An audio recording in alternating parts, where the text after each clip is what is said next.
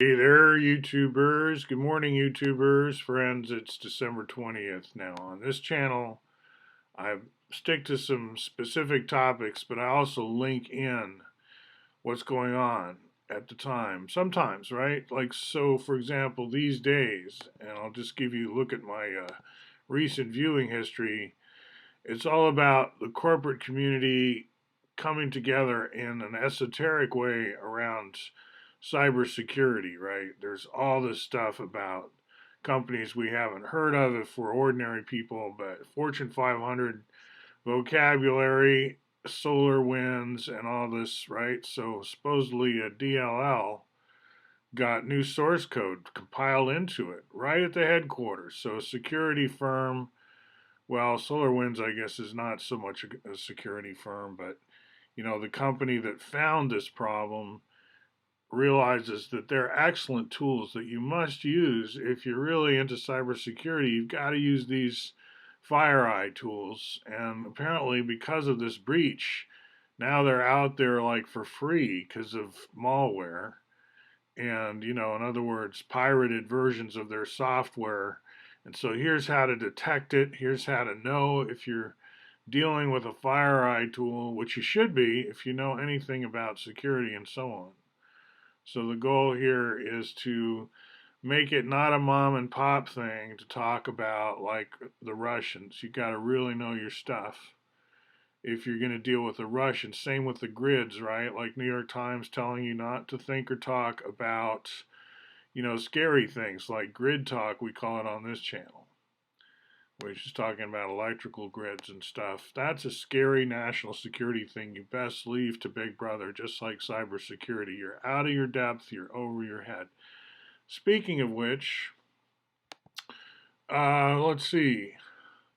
I was just going to say I've made a lot of progress recently on getting rid of my own little virus on this silly little $400 Mac that I bought at a shopping mall, Fubon, and that store is now gone. But it's been a great little machine here, and it had malware on it, and I figured out what files to delete, and phew, it's gone for the time being. Might come back, like they say.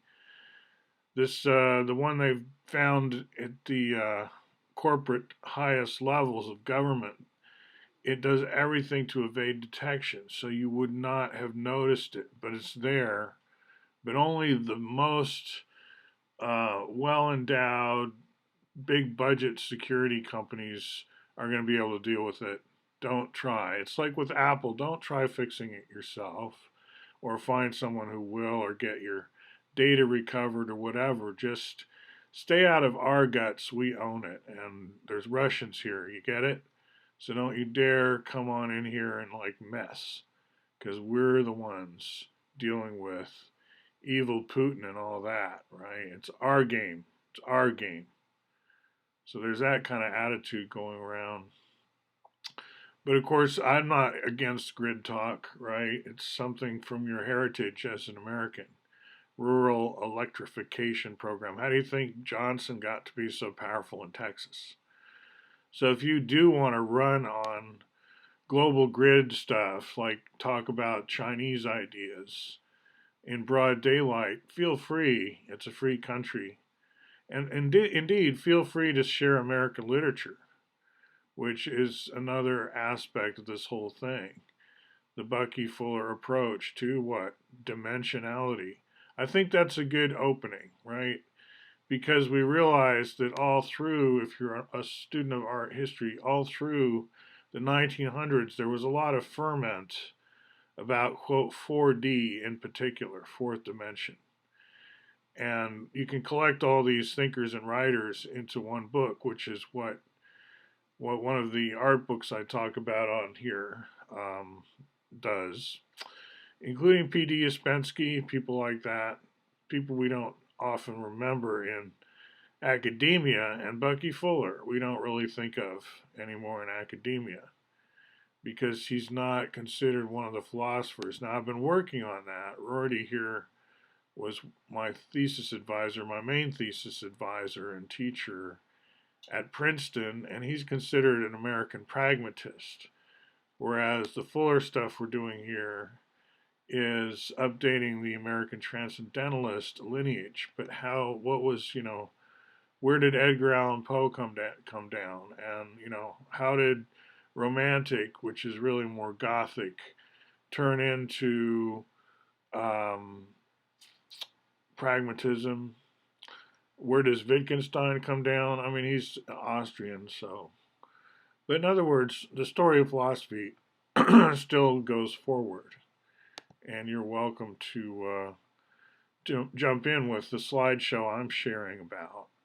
But it does require, like, to use my slides, you got to get clear on in what sense Bucky was not a Euclidean, right? Because you think fiddling with a fifth postulate might be the only way to get the honor of being considered non-Euclidean.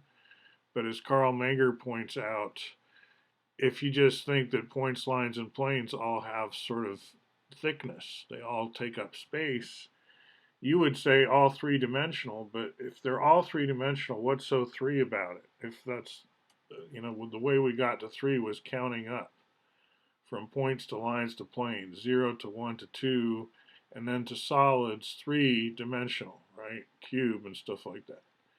But if you think everything takes up space or occupies space, by definition, if it's there, then, topologically, you can still distinguish points, lines, and planes. They're quite obviously idealizations of shapes, but they're not trying to be different dimensional.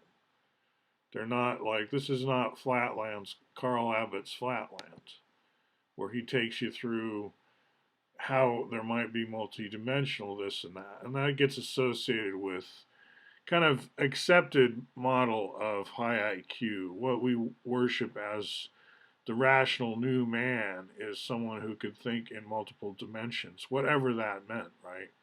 Whatever that meant. That was the 1900s sort of trope or conceit, to be involved in multidimensional something, physics, math.